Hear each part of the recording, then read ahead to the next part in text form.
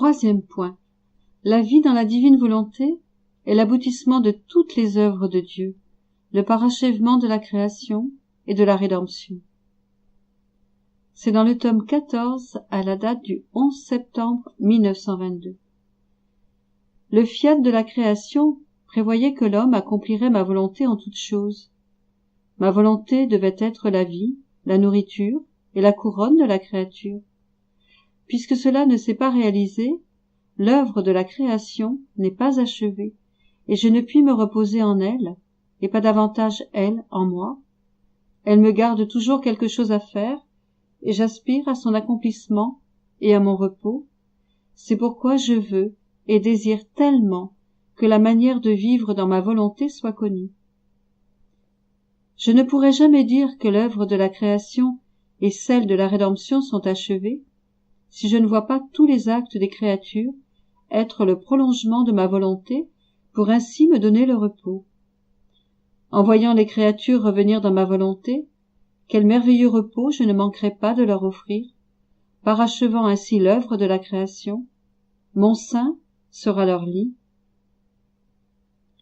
Je n'ai rien fait qui n'ait pas comme principal objectif que l'homme prenne possession de ma volonté et moi de la sienne. C'était ma principale préoccupation dans la création et dans la rédemption. Les sacrements que j'ai institués, les nombreuses grâces données à mes saints ont été autant de semences et de moyens pour qu'ils arrivent à la possession de ma volonté. N'omets rien de ce que je désire concernant ma volonté, que ce soit par tes écrits, verbalement ou autrement. Par les nombreux préparatifs qui ont précédé le règne de ma volonté, tu peux comprendre que vivre dans ma volonté est la chose la plus grande, la plus importante, et qu'elle est ce qui m'intéresse le plus. Veux-tu savoir dans quel sol cette semence a été jetée? Dans mon humanité.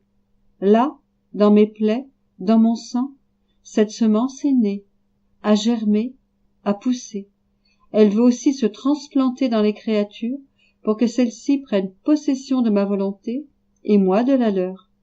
De cette manière, l'œuvre de la création reviendra au point où elle a commencé, non seulement à travers mon humanité, mais aussi à travers les créatures elles-mêmes. Elles seront peu nombreuses. Quand bien même il n'y en aurait qu'une, n'est-ce pas une seule qui, se coupant de ma volonté, a brisé et gâté mes plans, détruit le but de la création? Par conséquent, une seule créature peut l'embellir et réaliser son objectif. Cependant, mes œuvres ne restent jamais isolées. Ainsi, une armée d'âmes va vivre dans ma volonté. En elle, la création sera restaurée, toute belle et attirante, comme lorsqu'elle est sortie de mes mains. Autrement, je n'aurais pas autant d'intérêt à faire connaître cette science de ma divine volonté.